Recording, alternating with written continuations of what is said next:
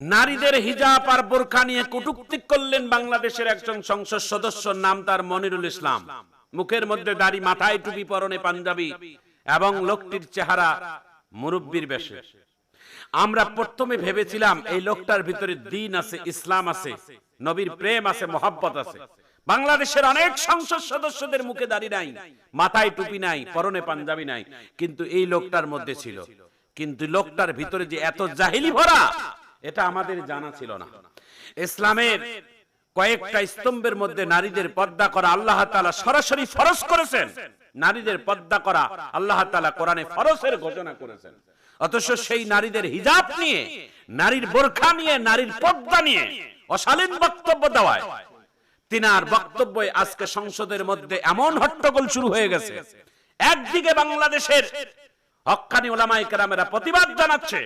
আমি এইটুকুই বলবো, জনাব মনিরুল ইসলাম সংসদ সদস্য, আপনি যদি জাতির কাছে ক্ষমা না চান, আপনি যদি মাপ না চান, তাইলে আপনি বেদিন বেঈমান হয়ে মারা যাবেন। কারণ আপনি আল্লাহর কোরআনের মধ্যে হাত দিয়েছেন। কোরআনের উপর হাত দেওয়া পৃথিবীর কোনো মানুষের ক্ষমতা নেই। ইসলামের মধ্যে হাত দেওয়া কোনো ক্ষমতা নেই। প্রিয় ভাইয়ের আমার, প্রিয় বন্ধুরা আমার, এই মনিরুল ইসলাম মুখের মধ্যে দাড়ি, পরনে পাঞ্জাবি, মাথায় টুপি, আমি এইটুকুই বলবো, লোকটার ভিতরে যে জাহেলিয়া, লোকটার ভিতরে যে জাহেলি, যে কুফরি, ইসলামের যে বিদ্বেষ, যদি এই মুখের দাড়ি নিয়ে যদি এরকম বিদ্বেষ করে অন্তর থেকে, তাহলে আমি মনে করব তার মুখের দাড়ি নবীর সুন্নতের নয়, এটা রবীন্দ্রনাথ ঠাকুরকে খুশি করার উদ্দেশ্যে দাড়ি রেখেছে। তার মাথার মধ্যে টুপি, পরনে পাঞ্জাবি, এই রকম লেবাস নিয়ে যদি মহিলাদের, নারীদের বোরকা এবং পর্দার কটূক্তি করা, যদি এটা তওবা না করে, আমি মনে করব তার এই পোশাক আবু জেহেল, আবু লাহাবের পোশাকের সমতুল্য। এই জন্য আল্লাহ তাআলা কোরআনে বলছেন, ইয়াউমা লা ইয়ানফাউ মালুন ওয়ালা বানুন ইল্লা মান আতাল্লাহা বিকলবিন সালিম। কারো চেহারা, কারো পোশাক, এগুলো দিয়ে আল্লাহ তাআলা কিয়ামতের ময়দানে নির্ণয় করবে না। নির্ণয় করবেন ঈমান আর সুন্দর উত্তম চরিত্র আমল দিয়ে। তার বিশুদ্ধ আমল আল্লাহ তাআলার কাছে কবুল হইল কিনা। এই জন্য হাদিসে আছে, তিন শ্রেণীর মানুষকে আল্লাহ তাআলা জাহান্নামে উদ্বোধন করাবেন। তার মধ্যে এক নাম্বার হচ্ছেন আলেম। ইলম অর্জন করিয়া আলেম হয়েছে, তারা জাহান্নামে যাবে। কেন? বলে ইলম অর্জন করেছে মানুষকে দেখানোর জন্য, বড় বড় আলেম হবে, বড় বক্তা হবে, বড় বড় হুজুর বলে ডাক দিবে, এই জন্য তাকে জাহান্নামে যেতে হবে। বলে দান করেও মানুষ জাহান্নামে যাবে। কেন? বলে দান করে এই জন্য জাহান্নামে যাবে যে দুনিয়াতে যাকে দানবীর বলে, ভাইয়েরা আমার, বন্ধুরা আমার, দুনিয়াতে নাম কামাইয়ের জন্য, মারহাবা নেওয়ার জন্য, কিয়ামতের ময়দানে আল্লাহ তাআলা তাকে জাহান্নামে ঢুকাই দিবেন। যারা আল্লাহ রাস্তায় জিহাদ করে শহীদ হয়, যারা মানুষকে দেখানোর জন্য এরকম যুদ্ধ করে বীর হওয়ার জন্য, তারা জাহান্নামে যাবে। এই জন্য ভাইয়েরা আমার, বন্ধুরা আমার, চেহারা দিয়ে কোনো মানুষের আল্লাহ তাআলার কাছে পরিচয় নেই। কারণ হযরতে বেলাল রাদিয়াল্লাহু তাআলা আন, তিনি একজন কালো মানুষ ছিলেন। তার পোশাক পাতি ছিল এত ভালো ছিল না, তার বংশ বুনিয়াদ এত ভালো দামি ছিল না, তার লেখাপড়াও এত বেশি ছিল না। কিন্তু সেই বেলালের মর্যাদা, সেই বেলালের দাম আল্লাহর কাছে এত বেশি, এত বেশি হয়ে গেছে, এত গভীরে পৌঁছে গেছে যে বেলাল যদি মসজিদে নববীর ভিতরে আজান না দেয়, তাহলে আল্লাহর আরশে আজান পৌঁছে না। বেলালের মহব্বত, বেলালের আমল এমন জায়গায় চলে গেছে, বেলাল আজান দেয় মসজিদে নববীর মধ্যে, আর আজানের আওয়াজ চলে যায় সাত আসমানের উপরে আল্লাহর আরশ মহল্লায়। আজও সেই কোরআন আছে, হাদিস আছে, সেই ঈমানের মানুষ নেই, সেই ঈমানের মানুষ নেই। আজানের ওই সুর আছে আগের মতোই, আজানের ওই সুর আছে আগের মতোই, বেলালের মতো আর রূহ নেই, বেলালের মতো আর রূহ নেই। আজ সেই কোরআন আছে হাদিস আছে, সেই ঈমান আর মানুষ নেই, সেই ঈমান আর মানুষ নেই। ভাইরা আমার, বন্ধুরা আমার, ঈমান বড় কঠিন সম্পদের নাম। এটা বড় দামি একটা সম্পদ। ঈমানের হাতিয়ার দিয়ে, ঈমানের শক্তি দিয়ে আল্লাহর জান্নাত খরিদ করা যায়। আল্লাহর জান্নাত টাকা দিয়ে কেনা যায় না। আল্লাহর জান্নাত পয়সা দিয়ে হয় না, ক্ষমতা দিয়ে হয় না, এটা দুনিয়ার কোন সম্পদ দিয়ে হয় না। জান্নাত কিনতে গেলে নেক আমলের প্রয়োজন। যার যত আমল বেশি হবে আল্লাহ তাআলার কাছে জান্নাতে তার তত বেশি মর্যাদা হবে। প্রিয় ভাইয়েরা আমার, প্রিয় বন্ধুরা আমার, এই জন্য আমলকে বাড়াও, নেকিকে বাড়াও, গোনাকে কমাও।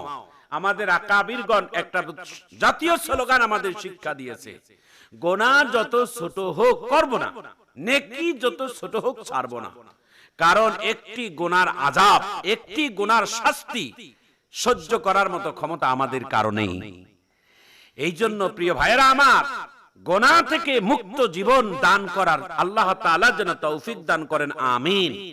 প্রিয় ভাইয়েরা আমার, প্রিয় বন্ধুরা আমার, নবী করিম সাল্লাল্লাহু আলাইহি ওয়াসাল্লামের মহব্বত আর ভালোবাসা যার মধ্যে থাকবে, ওই ব্যক্তিটা দুনিয়াতেও দামি, আখিরাতেও দামি, পরকালেও দামি। মানুষের ইন্তেকালের সময় কবরে যখন রাখা হয়, এটা কঠিন একটি হাদিস, মানুষকে যখন কবরে রাখা হয় তখন কিন্তু সে কোন দল করত, কোন দলে বিভক্ত ছিল, এগুলো বলা হয় না। শেষ মৃত্যু ব্যক্তিটার সিনার মধ্যে হাত দিয়ে যেই লোকটা কবরে নামে, অর্থাৎ কবর থেকে যখন উঠে তার সিনা বরাবরে হাত দিয়ে অথবা সিনা বরাবরে আঙ্গুল দেখিয়ে একটা দোয়া বলে, দোয়াটা হলো এই, বিসমিল্লাহি ওয়া আলা মিল্লাতি রাসূলুল্লাহ। হে আল্লাহ, আপনার এই গোলামকে এই কবরের মধ্যে আপনার এবং আপনার রাসূলের হাওলায় রেখে গেলাম। মিথ্যা, মিথ্যে।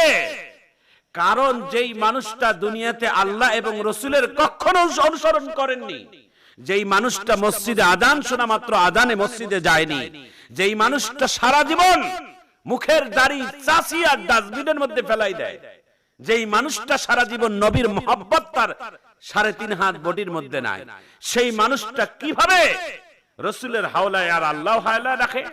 ওই মানুষটা ছিল গাফেল, নাস্তিক, মুরতাদ।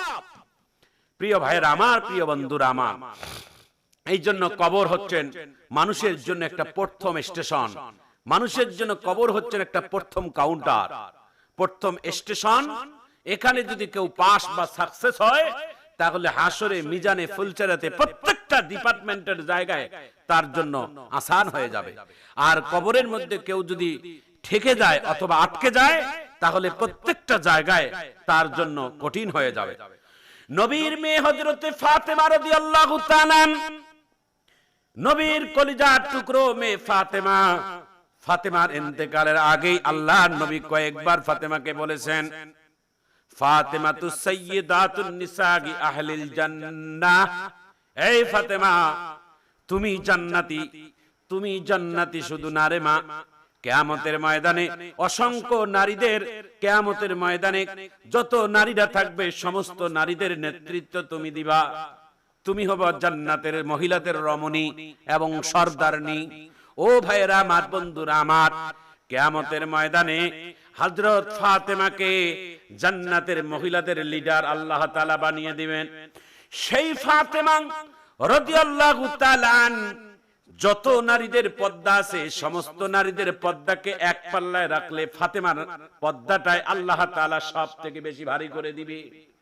প্রিয় ভাইরা আমার, প্রিয় বন্ধুরা আমার, নবী মুহাম্মদুর রাসূলুল্লাহ সাল্লাল্লাহু আলাইহি ওয়াসাল্লামের একটা হাদিসের ঘটনা আমার খেয়াল পড়ে গেল, কয়েক মিনিটের মধ্যে বলে দেই, হৃদয় বিদারক ঘটনা। বাইতুল মালের কিছু মাল আল্লাহর নবী বিতরণ করছেন। একজন সাহাবী ডাক দিয়ে বলে, নবী গো, আপনার মেয়ের ফাতেমার খবর কি নেন নাই? কয়েকদিন যাবত, কয়েক 2 দিন হলো ফাতেমার খবর নেই নাই। সাহাবী বলেন, একটু ফাতেমার খবর নিয়ে আসেন। নবীজি বাইতুল মাল তাড়াতাড়ি বন্টন করে দিয়ে ফাতেমাকে দেখার জন্য যায় বাড়ির দুয়ারে নবীজি দাঁড়াইলেন, যায় বলছেন, মা ফাতেমা একটু দরজা খুলে দাও, 2 দিন যাবত আমি তোমার মুখ দেখি নাই, মারে তুমি একটু দরজা খুলে দাও, তোমার মুখটা দেখি। ফাতেমা দরজা না খুলে দিয়ে বাবাকে সালাম দিয়ে পদ্মার ওপার থেকে ডাক দিয়ে বলে, বাবা আমার মন চাচ্ছে আপনার মুখটা দেখার জন্য, কিন্তু দরজা খুলে দেখা যাবে না বাবা। নবীজি কিছুটা হতভম্ব হয়ে গেলেন। নবীজি ডাক দিয়ে বলে, আমি ফাতেমাকে ডাক দিলাম, ফাতেমা আমার সাথে কথা বলল, কিন্তু ফাতেমা আমার সামনে কেন দাঁড়ায় না? আল্লাহর নবী ডাক দিয়ে বলে, মারে তোর বাবা যদি তোর উপর কোনো অবিচার করে থাকে, অন্যায় করে থাকে, তাহলে বাবা হিসেবে তুমি ক্ষমা করে দাও, কেন তুমি আমার সামনাসামনি দাঁড়াইতে চাও না? ফাতেমা পদ্মার ওপার থেকে চোখের পানি ছেড়ে কান্দে আর ডাক দিয়ে বলে, বাবা না বাবা, তুমি এমন কথা মুখে বলিও না, আমার বুকটা চিরে যাচ্ছে তোমার সাথে দেখা করার, কিন্তু আমি তোমার সামনে এই মুহূর্তে দাঁড়াইতে পারবো না। বলে কেন?